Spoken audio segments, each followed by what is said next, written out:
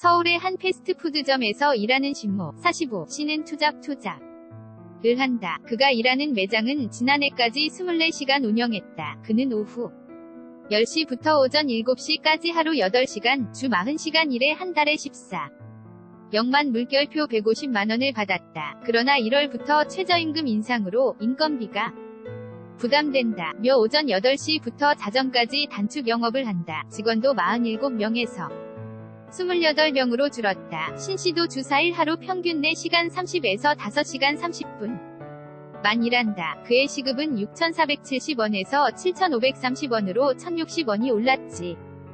만 한 달 급여는 크게 줄었다. 대신 오전 2시간 동안 서울의 한 물류회 4일에 추가로 53만원을 번다. 그는 투잡으로 일은 더 피곤하고 생활은 더 팍팍해졌다. 고 말했다. 최저임금 인상의 여파로 패스트푸드점, 편의점, 식당 등에서 투잡을 뛰는 직원들이 늘고 있다. 업주들이 최저임금 인상 부담으로 직원이나 영업시간을 줄이면서 직원들이 부족한 돈을 벌기 위해 다른 일도 함께하는 것이다. 경남 창원시 성산구에서 한식집을 하는 김모 오여 씨는 지난 4월 직원 2명을 내보냈다. 두 직원은 오전 10시에서 오후 10시까지 12시간을 일하고 월 4회 쉬면서 각각 200여만 원을 받았다. 그러나 올해부터 직원 한 명당 임금이 234만 9,360만 원으로 늘어났다. 결국 버티지 못하고 2명을 내보내고 시간당 아르바이트를 쓰고 있다.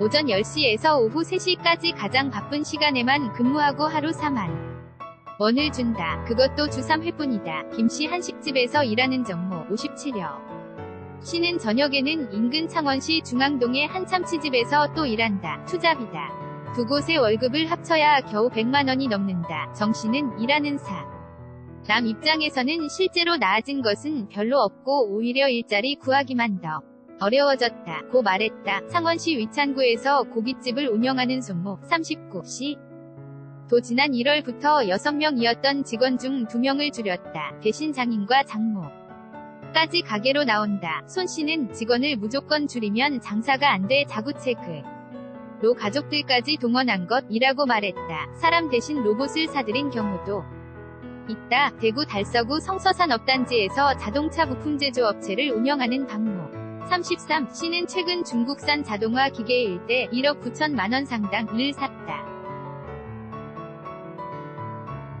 최저임금이 매년 큰 폭으로 오를 것을 대비해 직원을 추가 채용하는 대신 기계를 사들인 것이다. 무인 편의점과 셀프 주유소가 늘고 숙련된 아르바이트생만 선호하는 현상도 있다. 평가는 엇갈린다. 대학생 김찬유 24씨는 아직 최저임금도 못 받는 친구들이 있다. 그나마 임금 하한선이 오르면 불이익 받는 알바생이 줄 것이라고 말했다. 이창엽 참여자치전북시민연대 사무처장은 최저임금 인상만 공격하면 경제주체 간 갈등만 커진다며 건물주가 함부로 월세를 올리지 못하게 하거나 카드 수수료를 내리는 등 정부 사용자 노동자가 비용 문제를 어떻게 나눌지에 대한 논의가 필요하다고 말했다. 한국개발연구원 KDI은 최근 최저임금 인상이 고용에 미치는 영향이란 보고서에서 최저임금이 급격히 인상될 경우 2020년 4만 4천 명이 일자리를 잃을 것이라고 지적하기도 했다. 구정우 성균관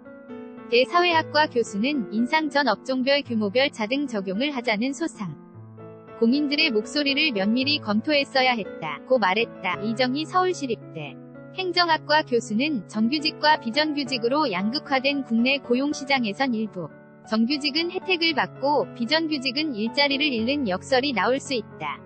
임금 수준은 시장 자율에 맡기고 저소득 근로자에게 정부가 보조금을 주는 것도 대안이 될 수 있다고 말했다. 창원 대구는 위성욱 김정석 기자 임선영 기자 w2-joongang.co.kr